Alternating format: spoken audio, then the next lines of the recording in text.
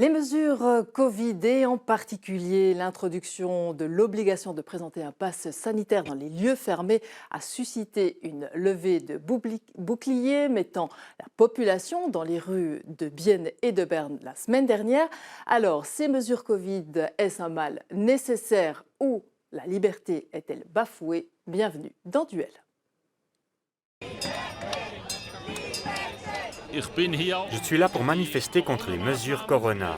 Je respecte tout choix, mais j'aimerais pas qu'on me force, moi, à faire ce que j'ai pas envie. Je trouve que dans un pays comme la Suisse, on ne peut pas accepter un tel chantage. Et pas contre la discrimination après de ce qui va suivre. On va vraiment dans un monde, je trouve, qui est pas normal. Que l'on puisse séparer la population ainsi, entre les vaccinés et les non-vaccinés, entre les bons et les mauvais. Pour discuter de ce thème aujourd'hui dans le coin bleu, Korab Rachiti, vous êtes membre de l'UDC biennoise, et dans le coin rouge, Mohamed Hamdaoui, vous êtes conseiller de ville du parti Le Centre. Alors, Mohamed Hamdaoui, c'est la dictature désormais en Suisse? Je connais peu de dictatures où on a la possibilité d'aller manifester, de s'opposer aux décisions du gouvernement. Ceci étant, lorsque j'entends des manifestants dire liberté, liberté, de quelle liberté parle-t-il? Est-ce que c'est de la leur ou est-ce que c'est celle des autres, notamment de pouvoir retourner assister au match de hockey, de pouvoir retourner assister à des concerts de chorale, de fanfares, des spectacles, aller au FFFH, comme ce qui vient de se passer, grâce aux mesures Covid, il y a eu 20% de spectateurs en plus. Si c'est ça, des atteintes à la liberté, moi je veux... Monsieur Hamdaoui, la liberté, c'est quelque chose qu'on ressent. C'est quelque chose qu'on ressent au plus profond de soi-même. Si ces gens ici, par milliers à Berne, sortent dans la rue pour scander liberté, c'est qu'il y a un ressenti. Un ressenti où on bloque ces gens dans leur mouvement. Et ça, c'est inacceptable dans un pays démocratique comme le nôtre. Parce qu'aujourd'hui, le Conseil fédéral prend des décisions à l'unanimité, de haut en bas. C'est comme ça, sans donner une preuve scientifique que le pass sanitaire a une quelconque efficacité sur le virus. Et ça, j'aimerais bien vous entendre là-dessus. Vous êtes contre la liberté, monsieur Hamdaoui? Mais je vous réponds volontiers, alors si déjà vous partez sur un tel ton. Le Conseil fédéral prend des décisions sur les bases scientifiques. Je crois, me semble-t-il, la Suisse n'est pas le seul pays à avoir pris de telles décisions. Quelle base scientifique pour le pass sanitaire, monsieur Hamdaoui? Je crois qu'environ, vous êtes virologue, moi pas. Vous êtes épidémiologiste, moi pas. Mais vous êtes médecin, moi pas. Vous êtes scientifique, moi pas. Lorsque le 98% des spécialistes qui ont fait des études arrive à la conclusion que dans l'état actuel, je dis bien dans l'état actuel des connaissances de la science, le vaccin est une des possibilités. Peut-être qu'on se dira dans quelques mois qu'on s'est trompé. Mais dans l'état actuel des choses, si vous me laissez juste terminer, ce serait sympathique, que le meilleur moyen, c'est d'avoir un taux de vaccination qui soit efficace et important. En Suisse, il y a 53% de personnes qui sont vaccinées. C'est un taux qui est ridiculement bas. Et après, si vous voulez qu'on parle des libertés, vous allez me dire, Attendez, je vais vous bloquer là-dessus. Non, je vais vous bloquer là-dessus. Parce que vous dites, scientifiquement, les épidémiologistes et les virologues disent ça. Mais excusez-moi, je crois tellement à la science que je suis allé chercher partout des études qui confirment que le pass sanitaire, en le limitant dans des lieux et pas dans des autres lieux. On ne va pas faire une bataille d'expertise sur le bien fondé des vaccins et de ça. C'est pas le lieu de ce débat. La question, c'est plutôt, est-ce que ce pass sanitaire, c'est une véritable restriction des libertés? Finalement, est-ce que ce n'est pas juste un mal nécessaire, monsieur Rachiti? Ça va nous permettre d'aller plus loin dans d'améliorer la situation. Je ne pense pas que le pass sanitaire va améliorer la situation pour une seule et bonne raison. Vous pouvez rentrer dans le bus à Bienne, vous n'avez pas besoin de pass sanitaire, vous pouvez enlever le masque, pour boire de l'eau ou manger. Donc, ça n'a aucun sens. Cette mesure-là n'a aucun sens. 10 secondes, la possibilité de boire et de manger. Plus lentement, on peut boire plus lentement. On ne prenait jamais le bus pour prendre une demi-heure le bus. On profite du temps du déplacement pour se nourrir aussi. Donc, virologiquement, ou bien que ce que vous voulez dire, le pass sanitaire n'a strictement aucune efficacité sur l'épidémie et vous le constaterez par vous-même à l'approche de l'automne. Il a une conséquence fondamentale sur notre vie sociale et politique. Ça veut dire que depuis quelques semaines, on a la garantie qu'on peut de nouveau assister à des spectacles. On a la garantie qu'on peut de nouveau assister à des... C'est du sophisme.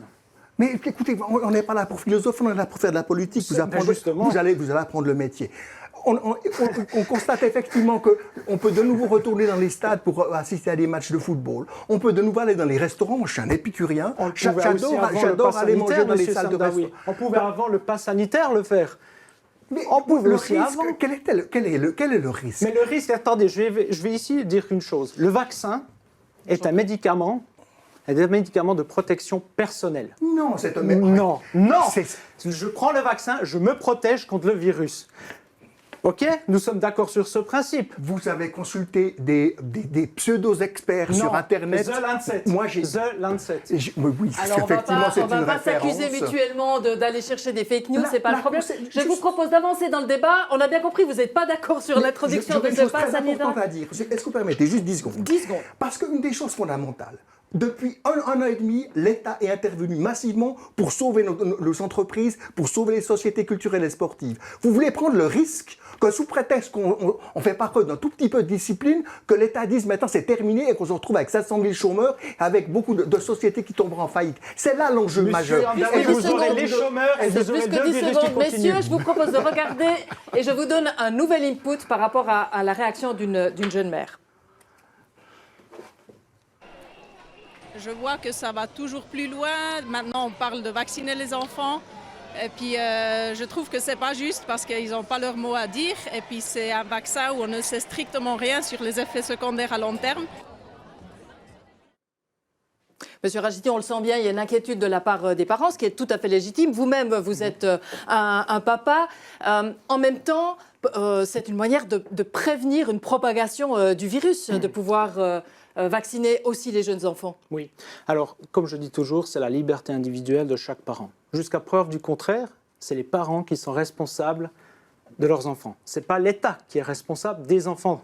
Alors, il n'y a pas d'obligation de vaccination. Il n'y a pas d'obligation pour le moment, c'est une recommandation. Mais qu'est-ce que veut dire la recommandation? C'est que vous ne pouvez pas aller à l'école pour l'enfant.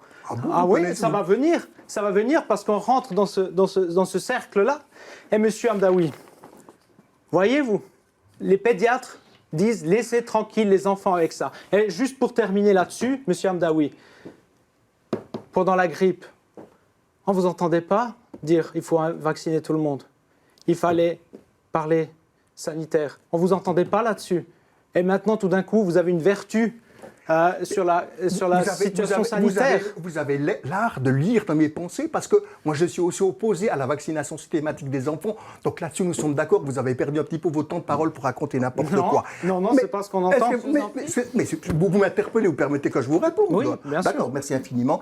Pour moi, aujourd'hui, il y a des choses qui sont beaucoup plus importantes sur lesquelles il faut qu'on réfléchisse.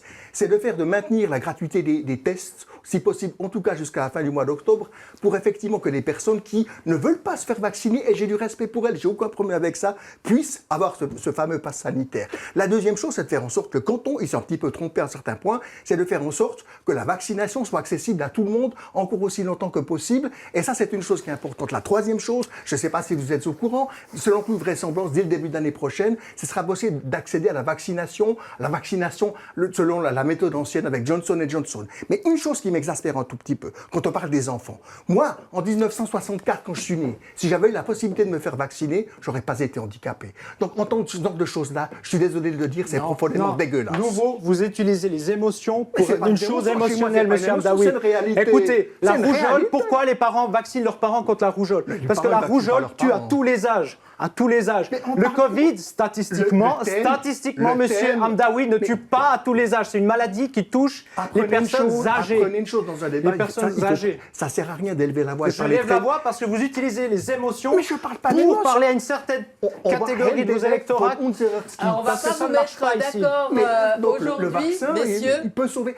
Non, monsieur Hamdaoui, on est arrivé au terme de cette... Vous allez poser les questions après l'émission, puisque nous ne sommes pas arrivés. Non, monsieur Hamdaoui. Vous connaissez beaucoup de personnes qui sont mortes du vaccin. Moi, je connais des personnes qui sont mortes. Je ne vais pas vous laisser continuer de parler, c'est moi qui vais continuer.